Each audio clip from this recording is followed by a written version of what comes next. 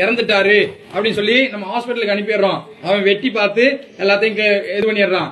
அப்ப இந்த உடம்புல உள்ள இந்த ஆத்மா போன உடனே அடுத்த கணம் பாத்தீங்கன்னா அந்த யமதூதர்கள் போய் யம கிங்கணர்கள் யமபட்டினத்துல யமதர்மராஜா கிட்ட ஒப்படைக்கும் போது யமதர்மராஜா பாப்பாராம், இது சரியான ஆத்மா தானா அப்படின்னு சொல்லி. சரியான ஆத்மாவா இருந்தால் அந்த இடத்துக்கு அவர் சொல்லுவாராம், இந்த யம கிங்கணர்கள்ட்ட அந்த இடத்துல கொண்டு போய் அந்த உடம்பு இருக்கிற இடத்துல விட்டுட்டு 12வது நாள் என் எல்லைக்கு கூட்டிட்டு வா அப்படின்னு சொல்லி அந்த ஆத்மா அந்த உடம்புக்கு பக்கத்துல நின்று கொண்டு அழுது கொண்டே பாக்குமா.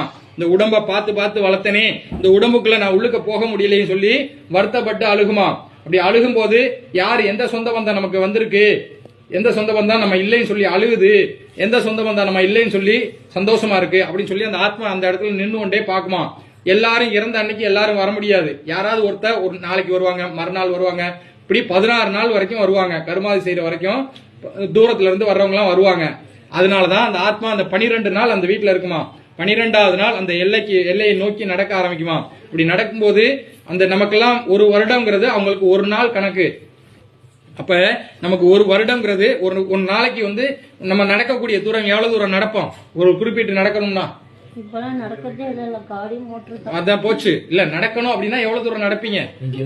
கொஞ்சம் தூரம் நடந்து வந்தோம்னா ஐயா அப்பா கால் வலிக்குது அப்படிம்போம். ஆனா நம்மளுடைய ஆத்மா போனதுக்கு அப்புறம், நம்ம உடம்பை விட்டு போனதுக்கு அப்புறம் ஒரு நடக்கக்கூடிய தூரம் 247 காது தூரம் நடக்குதாம். அப்படின்னா ஒரு காதுனா 1 கிலோமீட்டர்னு அர்த்தம். இப்ப 247 கிலோமீட்டர் தூரம் நடக்கும். அப்படி நடந்து போனா தான் ஒரு நரகத்தையா கடந்து போக முடியுமா. 84 லட்சம் நரகலோகம், ஒரு ஜீவராசிக்கு ஒரு நரகமா. 84 லட்சம் ஜீவராசிகளுக்கு 84 லட்சம் நரகலோகமா. அதுல 28 நரகலோகம் மனிதர்களுக்காக படைக்கப்பட்டதாம்.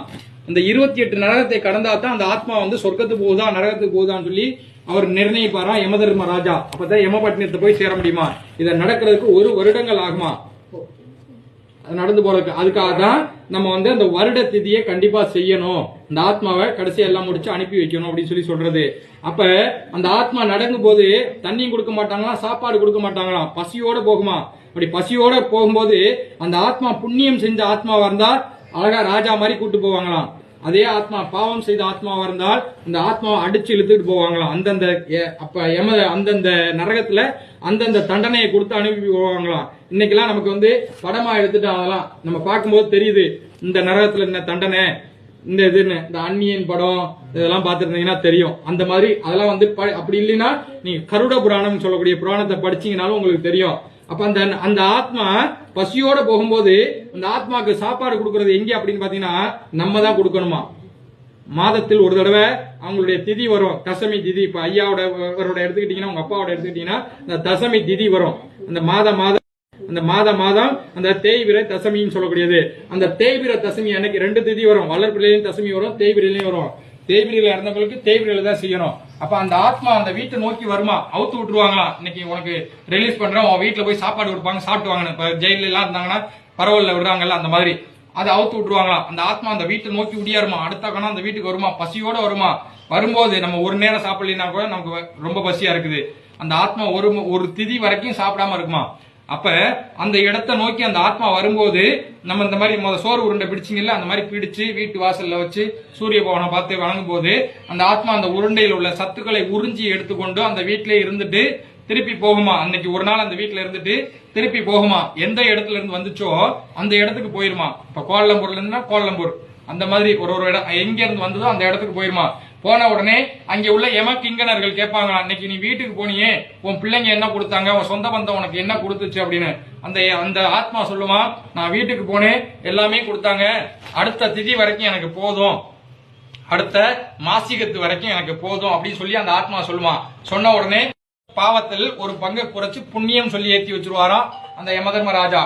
அதே இடத்துல அந்த ஆத்மா நம்ம வீட்டை நோக்கி வரும்போது எதுவுமே கொடுக்காம போட்டுக்கிட்டு வீட்டை சாத்தி போட்டு எல்லாம் பண்ணிட்டோம் அப்படின்னாக்க அந்த ஆத்மா அந்த வீட்டுல இருந்து கொண்டே இருந்துட்டு திருப்பி போகும்போது அதெல்லாம் மாதம் செய்யணுமா. மாதம் விட்டாலும் இந்த வருஷ திதியில செய்ய சொல்றாங்க.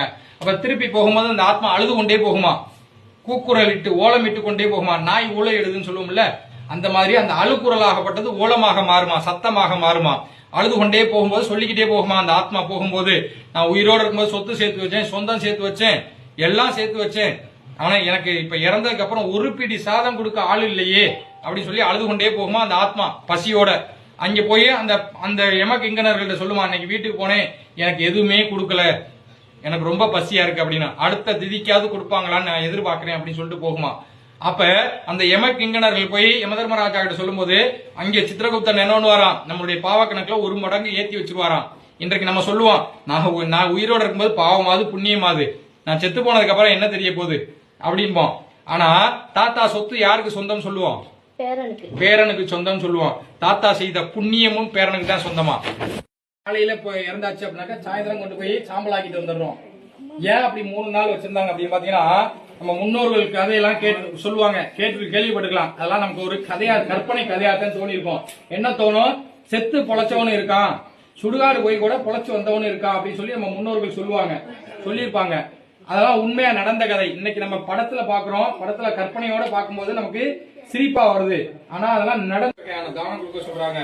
வருஷம் இந்த 5 வகையான தானம் என்னென்ன அப்படின்னு பாத்தீங்கன்னா, கோதானம் சொல்லக்கூடிய பசுமாடு தானம் பண்ணணும், பூதானம் சொல்லக்கூடிய நிலம் தானம் பண்ணணும், சொர்ணதானம் சொல்லக்கூடிய தங்கம் இல்ல வெள்ளி ஏதாவது தானம் பண்ணணும், அன்னதானம் வஸ்திரதானம் சொல்லக்கூடிய உடுப்பு தானம் பண்ணணும், அன்னதானம் சொல்லக்கூடிய காய்கறிகள் இந்த சமைச்சு சாப்பிடக்கூடிய பொருட்கள் தானம் பண்ணணும்.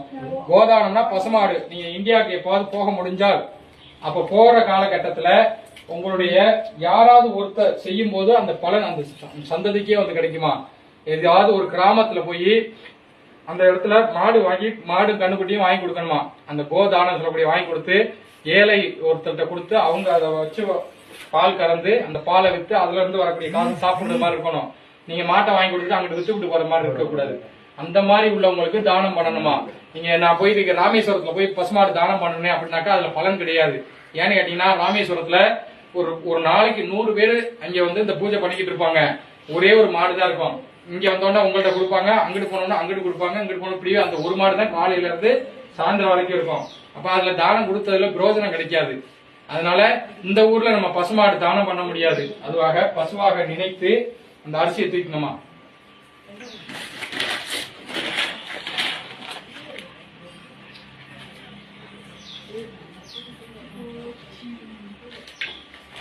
சமமா பிடிச்சிக்கணும், நோக்கி வச்சுக்கணும், அவரை கொடுக்கணும் வச்சுக்கங்க, நல்லா பிடிச்சிக்கங்க. பிரார்த்தனை பண்ணிட்டு உங்க வீட்டுக்காரர் நீங்க எப்படி கூப்பிடுவீங்களோ அந்த மாதிரி சொல்லி, நான் உங்களுக்கு பசுமாடு தானம் பண்றேன் அப்படின்னு சொல்லி அவர் கையில கொடுத்துருங்க. ஸ்ரீ மகா ஆத்மசுபாய ஆத்மமூர்த்தனி விசேஷதகா மகாபுத்திரத்தை தான பூஜாச்ச விசேஷதகா கோதானம் சமர்ப்பயாமி. மறுபடியும் வாங்கி அந்த இலையில வச்சிருக்கோம். வாங்க நீங்க